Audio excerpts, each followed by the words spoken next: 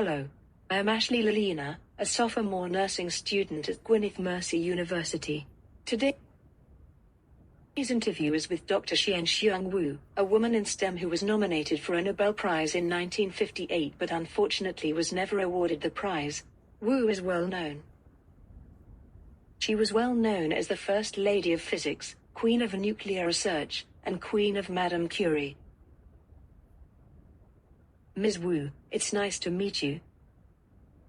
Hello, Ashley. Nice to meet you. It is a pleasure to be here today. Ms. Wu, I'd like to ask you some questions about your career and accomplishments.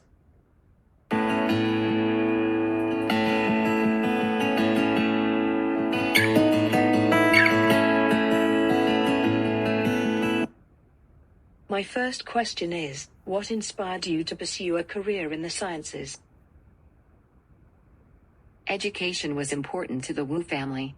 My mother was a teacher, and my father was an engineer. My father always believed very strongly in equal rights for women.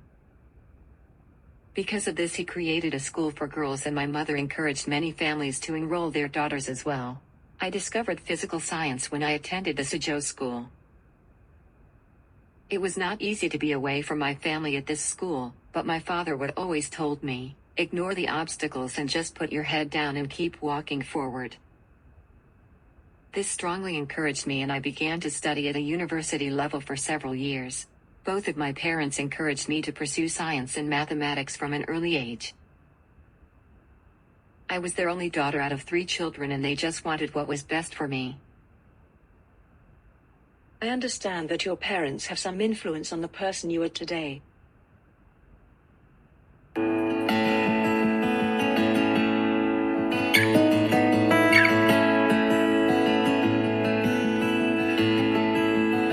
Can you tell me about your educational background, leading up to you being nominated for a Nobel Prize?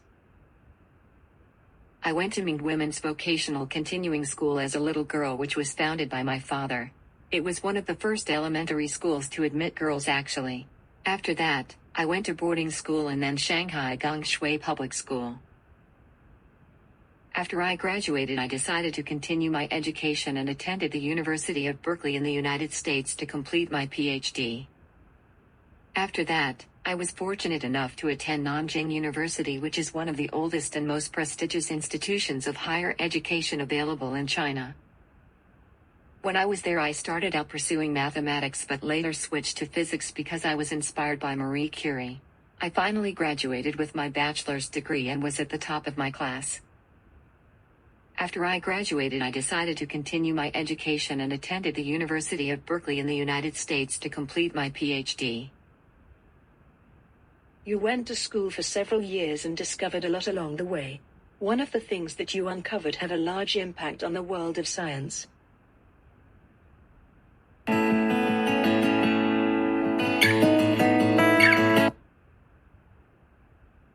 Ms. Wu, what discovery did you make that nominated you for a Nobel Prize in Physics?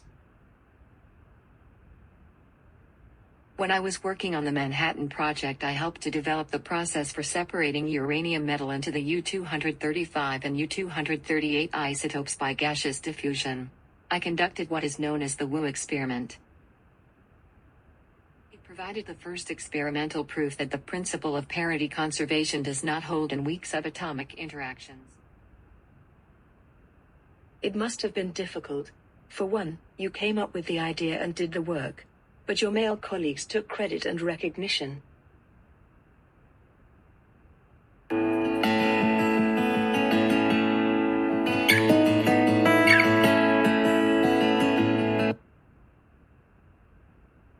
How did you feel after not receiving the Nobel Prize award? When we were nominated for the Nobel Prize, I was excluded. While working with Cheng Daoli and Chen Ningying, I was aware of the gender-based injustice in the STEM field. At the time, I was honored that my work was recognized and would make a difference.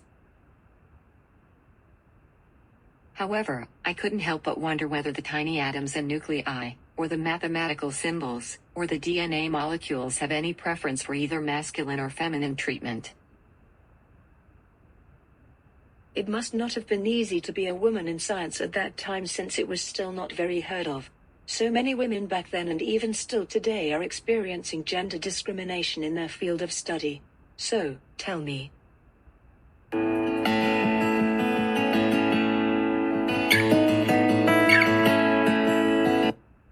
As a woman scientist, have you experienced obstacles or issues, in particular, that interfered with your work?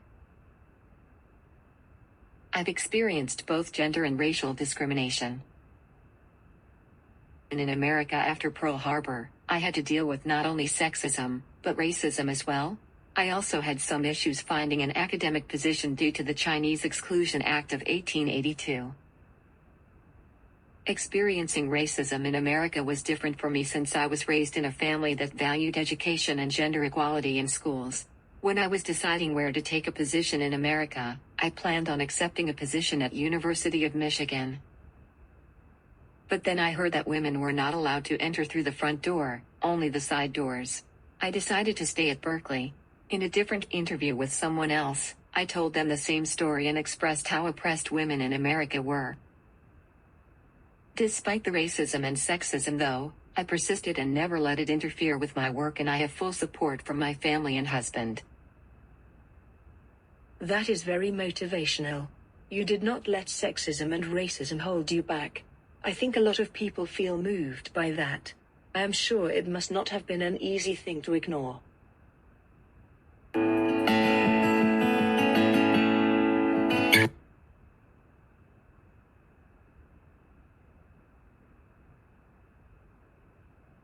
Ms. Wu, were you nominated for other awards? Since you did not let opinions and negative comments get in your way, you kept working and making new discoveries, even though you were not awarded the Nobel Prize. Yes, I was awarded for many other accomplishments. I was the first woman to earn the Research Corporation Award. I was also the 7th woman elected to the National Academy of Sciences. In 1962 I was awarded the John Price Wetherill Medal of the Franklin Institute.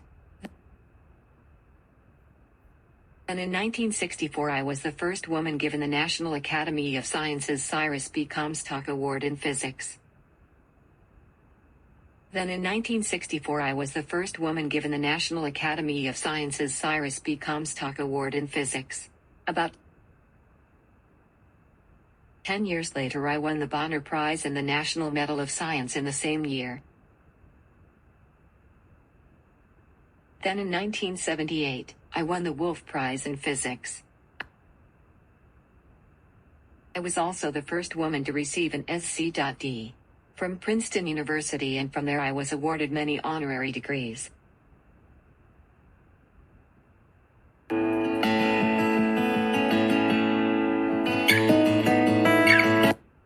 What is your advice to young women who are interested in pursuing a career in the science, technology, engineering, and mathematics field? One thing that I would tell the women interested but scared or questioning their career choice would be there is only one thing worse than coming home from the lab to a sink full of dirty dishes, and that is not going to the lab at all. In China there are many, many women in physics. There is a misconception in America that women scientists are all dowdy spinsters. This is the fault of men. In Chinese society, a woman is valued for what she is, and men encourage her to accomplishments. Yet she remains eternally feminine.